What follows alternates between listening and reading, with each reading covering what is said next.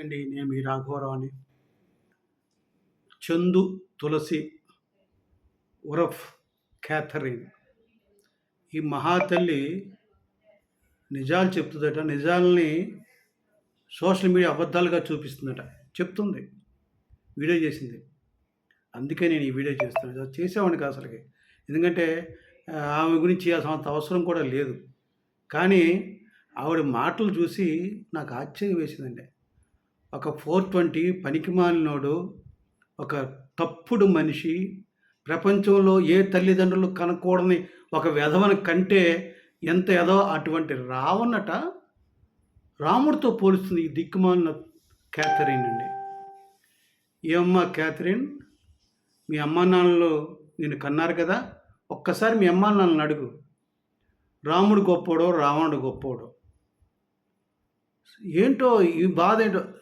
పవన్ కళ్యాణ్ గారు అక్కడ అయోధ్య రాముడి గురించి పట్టించుకోకుండా రావణుడి గురించి పట్టించుకుంటున్నారు. రావణ్ మీద లేనిపోని చట్టాలు పెడుతున్నారు మాట్లాడుతున్నావే. క్యాథరిన్ వినుకో, నువ్వు నీకోసం చెప్తున్నా.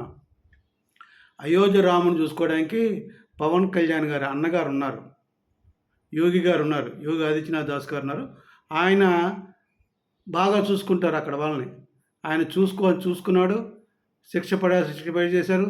దోచుకున్న డబ్బులతో ఇల్లు కట్టుకుని ఇల్లు కూడా కూర్చేశాడు ఆయన యోగి గారు. నువ్వు అయోధ్య రాము గురించి బాధపడమాకమ్మా. ఈ రావణు గురించి బాధపడుతున్నావు కదా, వాడికి రిమాండ్ వేశారు. నెక్స్ట్ తోలు తీస్తున్నారు, జైల్లో పడేసి కుమ్ముతున్నారు. ఇంకా కుమ్ముతారు కూడా ఏదోనే.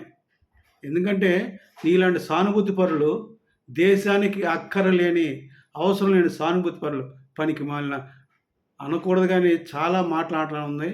నీలాంటి దుష్ట శక్తులు ఉండి ఏంటి, ఊడితే ఏంటి, పనికి మాలిన మనిషివి నువ్వు.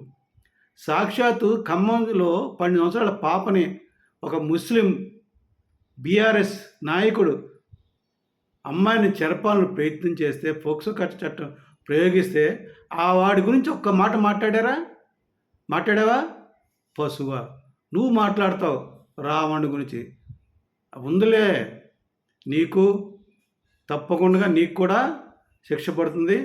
చూసావు కదా, తెలంగాణ పోలీసు వచ్చి ఆంధ్ర వచ్చి నాగార్జున యాదవ్ని పట్టుకెళ్ళారు కదా, అలాగే మిమ్మల్ని కూడా పట్టుకెళ్తారు. మీకు కూడా రోజులు దగ్గర పడినాయి.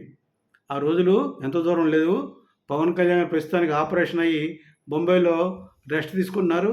ఆయన వచ్చిన తర్వాత మీరు శాంపుల్ చూశారు. మీరు పవన్ కళ్యాణ్ గారు లా అండ్ ఆర్డర్ సిస్టమ్ ఎలా ఉంటుందో జస్ట్ చిన్న శాంపుల్ చూశారు మీరు.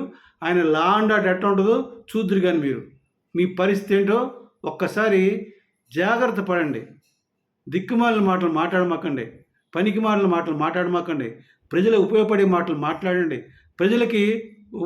ప్రజలకి ఏం జరిగితే మంచిది, ఏం చేస్తే మంచిది, ఎలా చేస్తే నాయకులు ఎలా నడుచుకోవాలో అటువైనా మీకు తెలివితేటలుంటే అవి చెప్పండి.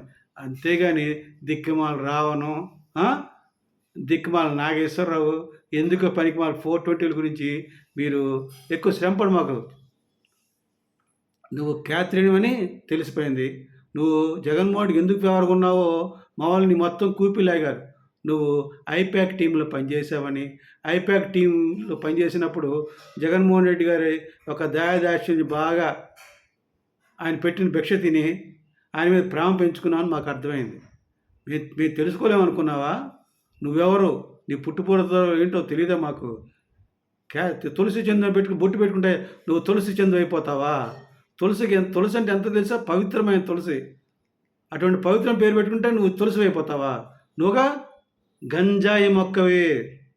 నిన్ను ఇక్కడి నుంచి గంజాయి చందు ఉరఫ్ క్యాథరిన్ పిలుస్తారు జన సైనికులు, గుర్తుపెట్టుకో. వినండి తెలుగు ప్రజలారా, ఈ యొక్క గంజాయి చందు రావణ్ గురించి మాట్లాడితే రావణ్ సపోర్ట్గా మాట్లాడుతుంది. ఇటువంటి తప్పుడు వ్యక్తుల్ని ఏం చేయాలో, ఇటువంటి వ్యక్తులకి ప్రజలు ఏమైనా సమాధానం చెప్తారో, వాళ్ళకి ఏమైనా శిక్ష వేయాలో ప్రజలు నిర్ణయించాలని ప్రజలు వదిలిపెడుతూ ఇటువంటి గంజాయి చందుని ఉరఫ్ క్యాథరిన్ని ఇంకొకసారి పిచ్చి వేషాలు వేయకుండా మంచిగా ఉంటే మంచిదని హెచ్చరిస్తూ విరమిస్తున్నాను. జై జనసేన, జై హింద్.